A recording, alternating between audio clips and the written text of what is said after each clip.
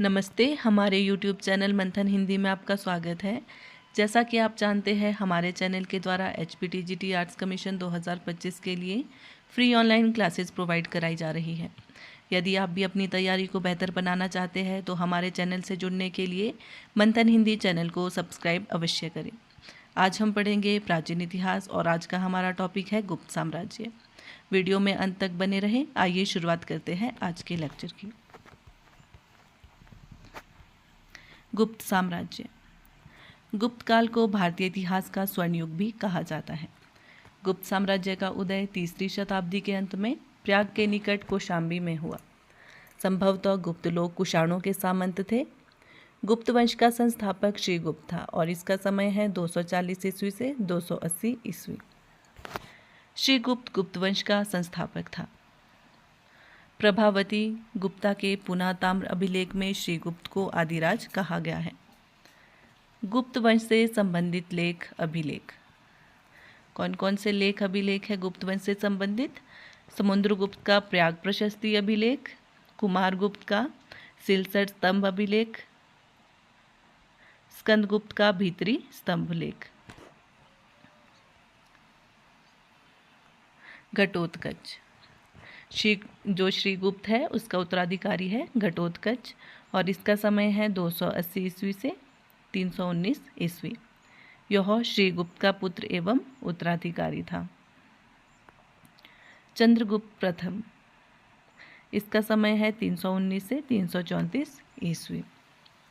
चंद्रगुप्त प्रथम गुप्त वंश का पहला प्रसिद्ध शासक था। जो गुप्त वंश का महान सम्राट बना कौन था वो? चंद्रगुप्त प्रथम। और उसने लिच्छवी की राजकुमारी कुमार देवी से विवाह किया जिससे उसकी सत्ता को बल मिला। चंद्रगुप्त प्रथम ने अपने राज्य रोहन की स्मृति में 319 से 320 ईस्वी में गुप्त संवत चलाया था। ठीक है, गुप्त संवत की शुरुआत कब हुई थी? 319 से 320 ईस्वी में चंद्रगुप्त प्रथम ने की थी और जो चंद्रगुप्त प्रथम है वो 320 ईस्वी में गद्दी पर बैठा था और इसने महाराजाधिराज की उपाधि धारण की थी।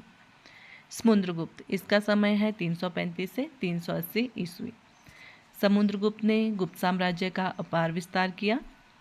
समुद्रगुप्त के विषय में जानकारी हरिशेन रचित प्रयाग प्रशस्ति से मिलती है। जो इलाहाबाद स्तंभ लेख है उससे समुद्रगुप्त के विषय में जानकारी मिलती है। हरिशेन शांति एवं युद्ध का मंत्री था। रिद्धपुर अभिलेख में समुद्रगुप्त को तत्पाद परिगृहित कहा गया है। समुद्रगुप्त को समरशत कहा गया है जिसका अर्थ है 100 युद्धों का विजेता। समरशत का क्या अर्थ है? 100 युद्धों का विजेता। Doctor V.A. स्मिथ ने समुद्रगुप्त को भारत का नेपोलियन कहा है। भारत का नेपोलियन किसे कहा जाता है? समुद्रगुप्त को कहा गया है। और किसने कहा है? V.A. स्मिथ ने। समुद्रगुप्त ने दक्षिणापथ में 12 राजाओं को परास्त कर दिया। धर्म विजय का कार्य किया। आर्यावर्त उत्तर में 9 राजाओं को परास्त कर दिग्विजय का कार्य किया। समुद्रगुप्त ने वन प्रदेश के सभी राजाओं को परिचारक मतलब सेवक बनाया। स्कंदगुप्त के भीतरी अभिलेख से पता चलता है कि समुद्रगुप्त ने विजय से निवृत्त होने पर अश्वमेध यज्ञ किया। एरन अभिलेख में समुद्रगुप्त की पत्नी का नाम दत्त देवी है। समुद्रगुप्त को कविराज भी कहा गया है। समुद्रगुप्त को सिक्कों का वीणा वादन करते हुए दर्शाया गया है। समुद्रगुप्त को अश्वमेध पराक्रमांक की उपाधि भी मिली है। किसको मिली है? अश्वमेध पराक्रमांक की उपाधि समुद्रगुप्त को। श्रीलंका के राजा मेघवर्मन ने समुद्रगुप्त से गया में बुद्ध मंदिर बनाने की अनुमति के लिए एक दूत भेजा था। उसके काल की 6 प्रकार की स्वर्ण मुद्राएं मिली है। कौन कौन सी? गरुड़, अश्वमेघ, धनुर्धर, व्याघ्रहंता, परशु, वीणासारण। घटोत्कच को महाराज की उपाधि मिली थी। जो चंद्रगुप्त द्वितीय है विक्रमादित्य एवं विक्रमांक की उपाधि मिली। ठीक है, घटोत्कच को किसकी? महाराज की उपाधि मिली थी। जो चंद्रगुप्त द्वितीय था उसे विक्रमादित्य एवं विक्रमांक की उपाधि मिली। जो चंद्रगुप्त प्रथम है उसे महाराजाधिराज की उपाधि मिली थी। कुमारगुप्त ने महेंद्रादित्य का तथा शुक्रादित्य की उपाधि धारण की। जो स्कंदगुप्त है उसने क्रमादित्य की उपाधि धारण की थी। अब है रामगुप्त। समुद्रगुप्त की मृत्यु के बाद रामगुप्त शासक बना, जो एक कमज़ोर शासक था। विशाखदत्त रचित देवी चंद्रगुप्त के अनुसार रामगुप्त शकों के साथ बुरी तरह से हार गया। शक राजा रामगुप्त की पत्नी ध्रुव देवी को प्राप्त करना चाहता था। रामगुप्त ने अपनी पत्नी शक राजा को देने का फैसला कर दिया। छोटे भाई चंद्रगुप्त द्वितीय, जिसे विक्रमादित्य की उपाधि प्राप्त हुई है, को यह बात पसंद नहीं आई। चंद्रगुप्त द्वितीय ने स्त्री वेश धारण कर शक राजा का वध कर दिया। उसने रामगुप्त की भी हत्या कर दी। राजशेखर की काव्य मीमांसा ने भी इस घटना का उल्लेख है। जो राजशेखर की काव्य मीमांसा है उसमें इस घटना का उल्लेख किया गया है। चंद्रगुप्त द्वितीय, इसका समय है 380 से 412 ईस्वी। चंद्रगुप्त द्वितीय समुद्रगुप्त एवं दत्त देवी का पुत्र था। उसके शासनकाल में गुप्त साम्राज्य अपने उत्कर्ष पर पहुंचा। इसे सांची के अभिलेख में देवराज एवं प्रवरसेन के अभिलेख में देवगुप्त कहा गया है। महरौली स्तंभलेख में राजा चंद्र का वर्णन है, जिसकी पहचान चंद्रगुप्त द्वितीय से की गई है। उसने वैवाहिक संबंध तथा विजय दोनों के सहारे साम्राज्य की सीमा बढ़ाई। उसने अपनी पुत्री प्रभावती का विवाह वाकाटक शासक रुद्रसेन द्वितीय से करवाया। वाकाटक की सहायता से चंद्रगुप्त द्वितीय ने शकों को पराजित किया। इस उपलक्ष्य में उसने चांदी के सिक्के चलाए। इस विजय के बाद उसे शाकाहारी कहा गया एवं उसने विक्रमादित्य की उपाधि धारण की। चंद्रगुप्त द्वितीय के उदयगिरी अभिलेख के अनुसार उसका उद्देश्य संपूर्ण पृथ्वी को जीतना था। उसकी राजधानी थी पाटलिपुत्र। उसने दूसरी राजधानी उज्जैन को बनाया। जो चंद्रगुप्त द्वितीय है उसकी राजधानी थी पाटलिपुत्र और दूसरी राजधानी थी उज्जैन। चंद्रगुप्त द्वितीय वैष्णव था। उसने परम भागवत की उपाधि धारण की थी। परम भागवत की उपाधि धारण की थी चंद्रगुप्त द्वितीय ने। चंद्रगुप्त द्वितीय के समय चीनी बौद्ध यात्री फाहियान 399 से 414 ईस्वी भारत आया था। ठीक है, जो चीनी बौद्ध यात्री फाहियान है वो किसके शासनकाल में भारत आया था? चंद्रगुप्त द्वितीय के शासनकाल में भारत आया था। चंद्रगुप्त द्वितीय के 9 रत्न। जो चंद्रगुप्त द्वितीय है उसके दरबार में 9 रत्न थे, जिसमें सबसे महान कौन थे? कालिदास। और कौन थे? अमर सिंह, शंकु, धन्वंतरी, क्षपणक, वेताल भट्ट, वररुचि, घटकरपर, वराह, मिहिर। वह कुमारगुप्त प्रथम। मंदसौर अभिलेख, इसका समय है 415 से 455 ईस्वी। जो मंदसौर अभिलेख में कुमारगुप्त प्रथम के शासन का वर्णन प्राप्त होता है। सबसे अधिक अभिलेख 18 कुमारगुप्त प्रथम के मिले हैं। कितने अभिलेख मिले हैं कुमारगुप्त प्रथम के? 18 अभिलेख। तुमुन अभिलेख में कुमारगुप्त प्रथम को शरदकालीन सूर्य कहा गया है।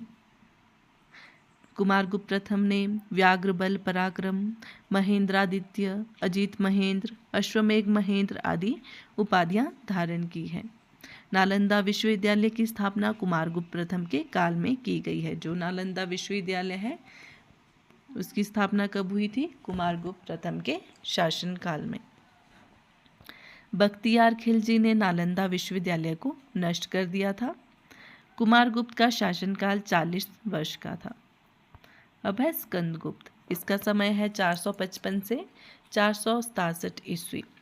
जूनागढ़ अभिलेख से पता चलता है कि गिरनार के प्रशासक चक्रपालित ने सुदर्शन झील का जीर्णोद्धार कराया था।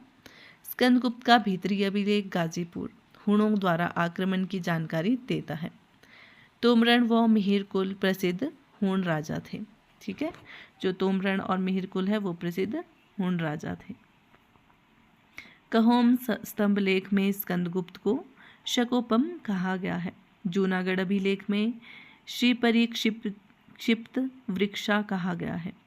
स्कंदगुप्त ने अयोध्या को अपनी राजधानी बनाया। ठीक है, जो स्कंदगुप्त है उन्होंने अयोध्या को अपनी राजधानी बनाया था। विष्णुगुप्त गुप्त वंश का अंतिम शासक था। जो गुप्त वंश है उसका अंतिम शासक कौन था? विष्णुगुप्त। ठीक है, और गुप्त वंश की स्थापना किसने की थी? श्रीगुप्त ने। कालिदास की रचनाएं कौन कौन सी है? अभिज्ञान शाकुंतलम, ऋतु संहार, मालवी काग्निमित्रम, कुमार संभव, मेघदूत, रघुवंश, विक्रमो वंशीय। ये कालिदास की रचनाएं हैं। भास की रचनाएं स्वप्नवासदत्तम,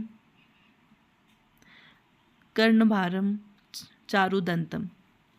जो विष्णु शर्मा है इनका पंचतंत्र बहुत विख्यात कृति है। बाणभट्ट की क्या है? हर्षचरित है। विशाखदत्त मुद्रा राक्षस और देवी चंद्रगुप्तम है। शूद्रक की जो है मृच्छकटिकम है। भौमक की है रावणार्जुनियम। वत्स भट्टी की है रावणवध।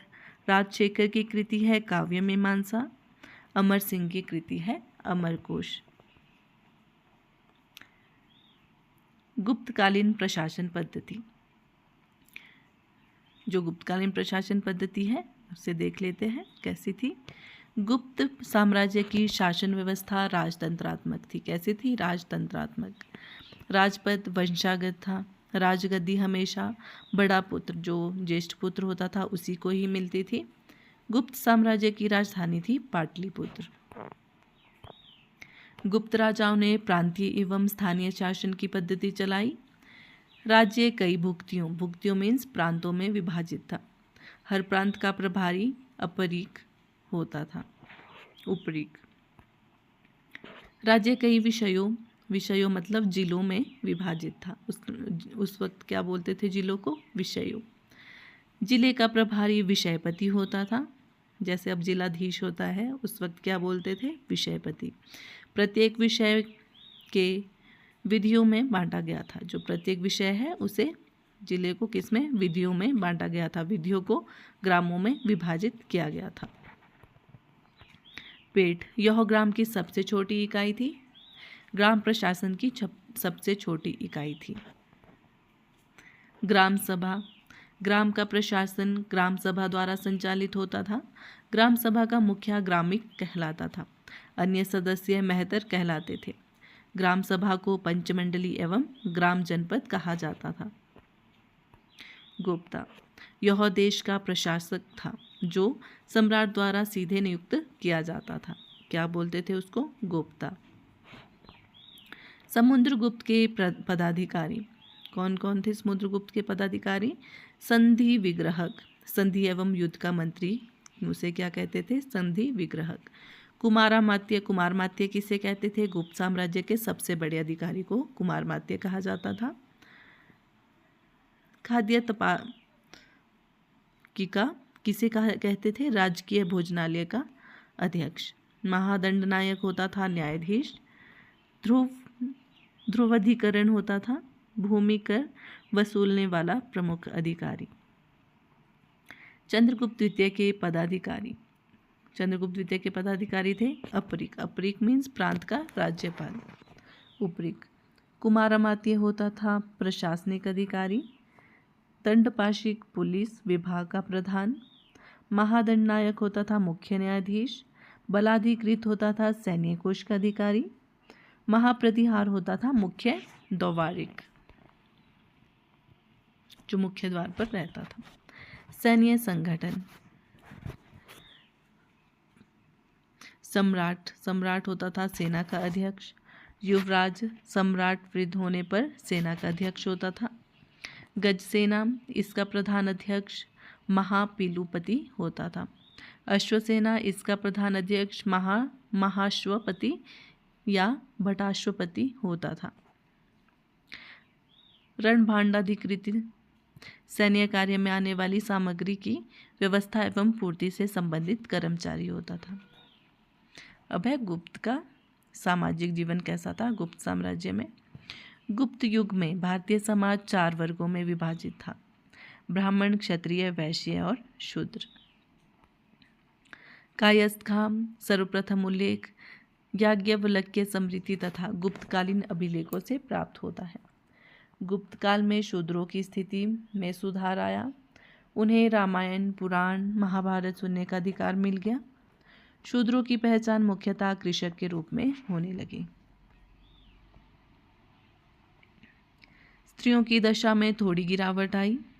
एक विवाह की प्रथा नहीं थी। गुप्त शासक बहुविवाह करते थे।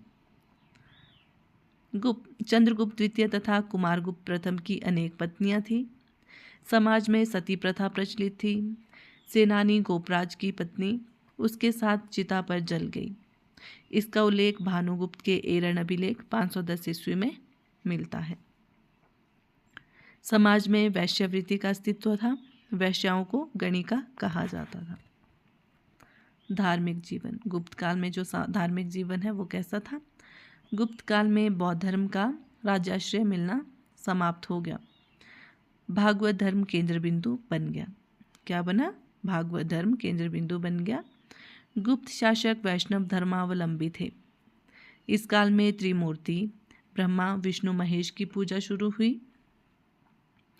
गुप्त काल में मूर्ति पूजा ब्राह्मणीय धर्म का सामान्य लक्षण हो गया। चंद्रगुप्त द्वितीय एवं समुद्रगुप्त के सिक्कों पर विष्णु के वाहन गरुड़ का चित्र पाया जाता है, जो गुप्त वंश का राजकीय चिन्ह था। देवगढ़।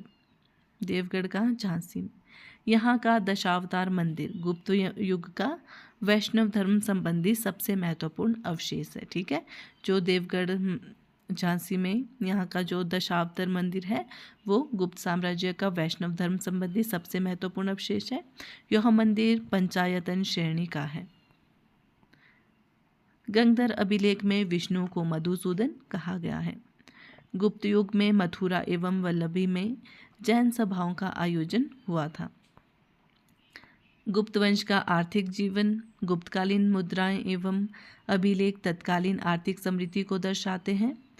कृषि मूलक अर्थव्यवस्था, व्यापार, विकसित उद्योग धंधे गुप्तकाल की समृद्धि के कारण हैं। भूमि। इस काल में 5 प्रकार की भूमि का उल्लेख मिलता है। कौन कौन सी? क्षेत्र भूमि, कृषि योग्य भूमि, वास्तु भूमि, रहने योग्य भूमि, चारागाह भूमि, पशुओं के चारा योग्य भूमि, खिल भूमि, जो भूमि जोतने योग्य नहीं हो उसे क्या कहते थे? खिल भूमि, अपृहत भूमि, बिना जोती हुई जंगली भूमि को क्या कहते थे? अपृहत भूमि। कर व्यवस्था। आय का मुख्य स्रोत भू राजस्व होता था। कर कितना होता था? 1/4 से 1/6 भाग तक लिया जाता था। भूमि कर संग्रह करने वाला पदाधिकारी ध्रुवाधिकरण कहलाता था। व्यापारिक कारवां का नेतृत्व करने वाला व्यक्ति सार्थवाह कहलाता था। इस काल में व्यापारियों तथा शिल्पियों के 4 संगठन थे। निगम, पुग, गण, श्रेणी। श्रेणी के प्रधान को ज्येष्ठ कहा जाता था। सिंचाई के लिए राहत या घट यंत्र का प्रयोग होता था। भूमि संबंधी विवादों को निपटाने वाले अधिकारी को न्यायाधिकरणी कहा जाता था।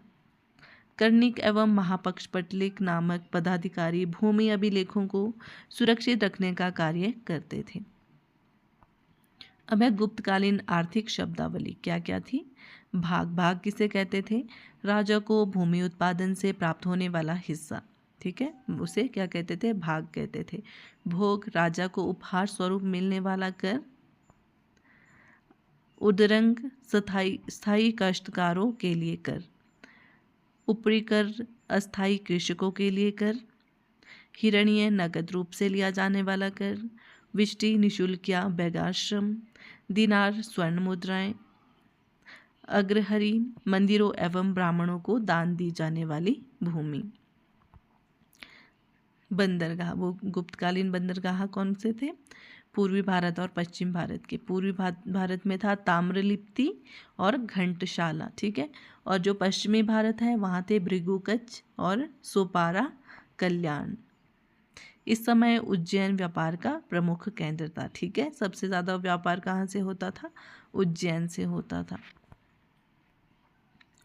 गुप्त युग में वैज्ञानिक प्रगति। गुप्त काल में आर्यभट्ट प्रसिद्ध गणितज्ञ बने। जो आर्यभट्ट है वो गुप्त काल में प्रसिद्ध गणितज्ञ थे। अपनी पुस्तक आर्यभट्टीय में उन्होंने पृथ्वी को गोल बताया तथा उसकी परिधि सही अनुमान से बताई। दशागीतिक सूत्र या आर्याष्टक शतक आर्यभट्ट की अन्य रचनाएं हैं। आर्यभट्टीय में दशमलव प्रणाली का वर्णन मिलता है। वराहमिहिर ने अपने ग्रंथ पंच सिद्धांतिका में 5 प्राचीन सिद्धांतों का निरूपण किया है। कौन कौन से सिद्धांत? पैतामह, रोमक, पौलिश, वशिष्ठ, सूर्य। ब्रह्मगुप्त ने ब्रह्म सिद्धांत की रचना की थी।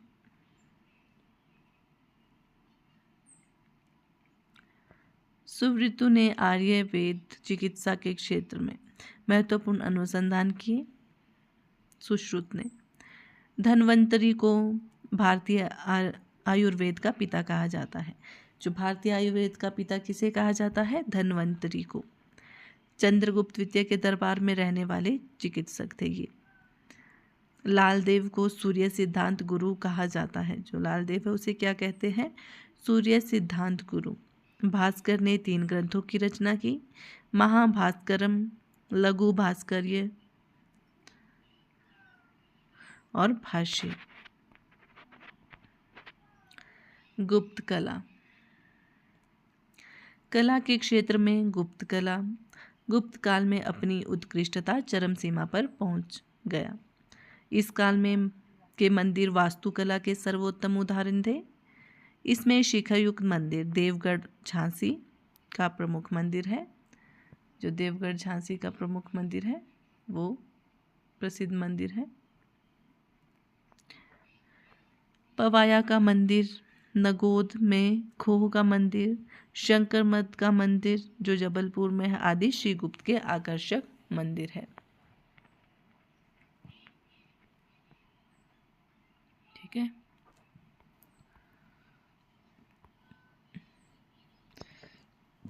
कौन कौन से मंदिर थे गुप्तकालीन प्रसिद्ध?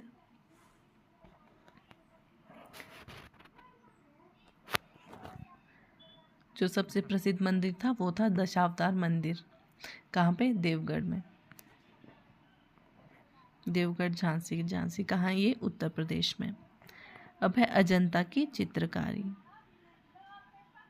अजंता की गुफाएं महाराष्ट्र के औरंगाबाद जिले में स्थित है। कहाँ पर है अजंता की गुफाएं?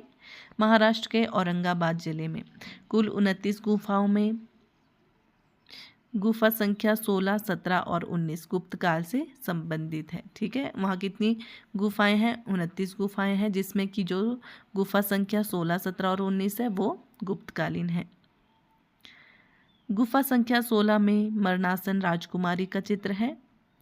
गुफा संख्या 17 में जातक कथाओं का उल्लेख है, जिसमें बुद्ध को यशोधरा से भिक्षा मांगते और यशोधरा द्वारा राहुल को बुद्ध को सौंपते हुए दिखाया गया है। इस गुफा में सिंहल के राज दरबार का भी चित्र है। इसे चित्रों का चित्रशाला कहा गया है। अजंता की गुफाओं में चित्र बौद्ध धर्म के महायान शाखा से संबंधित है। जो अजंता की गुफाओं के चित्र है वो किससे संबंधित है? बौद्ध धर्म की महायान शाखा से। धम्म में एक स्तूप कहाँ पर है? सारनाथ उत्तर प्रदेश में है। शिव मंदिर कहाँ है? भूमरा, नागौद मध्य प्रदेश। पार्वती मंदिर है नचना कुठार मध्य प्रदेश। दशावतार मंदिर है देवगढ़ झांसी उत्तर प्रदेश में। भीतरगांव मंदिर है कानपुर उत्तर प्रदेश में। विष्णु मंदिर है तिगवा जबलपुर मध्य प्रदेश में। विष्णु मंदिर उदयगिरी विदिशा। शिव मंदिर अहिछत्र बरेली उत्तर प्रदेश में। लक्ष्मण मंदिर सिरपुर ईंटों से निर्मित है। ठीक है। ये कौन से है? गुप्तकालीन मंदिर है। अब है बाघ की गुफाएं। मध्य प्रदेश में के 4 जिलों में विंध्य पर्वत को काटकर बाघ की गुफाओं का निर्माण किया गया है। बाघ की गुफाएं धर्मनिरपेक्ष का लौकिक है। कैसी है बाघ की गुफाएं? धर्मनिरपेक्ष व लौकिक। गुप्तकालीन साहित्य। गुप्तकाल संस्कृत साहित्य का स्वर्णयुग है। जो गुप्तकाल है वो संस्कृत साहित्य का स्वर्णयुग कहा गया है। कालिदास संस्कृत भाषा के प्रसिद्ध कवि थे। उन्हें भारत का शेक्सपियर कहा जाता है। ठीक है, जो कालिदास है वो संस्कृत भाषा के प्रसिद्ध कवि थे, उन्हें भारत का शेक्सपियर कहा जाता है। याज्ञवल्क्य स्मृति, कात्यायन स्मृति, बृहस्पति स्मृति, पराशर स्मृति की रचना गुप्त काल में हुई। वीरसेन उदयगिरी गुहालेख का रचनाकार था। मंदसौर प्रशस्ति की रचना वत्स भट्टी ने की थी। मंदसौर प्रशस्ति की रचना किसने की थी? वत्स भट्टी ने। आशा करती हूँ आपको क्लास अच्छी लगी हो। धन्यवाद।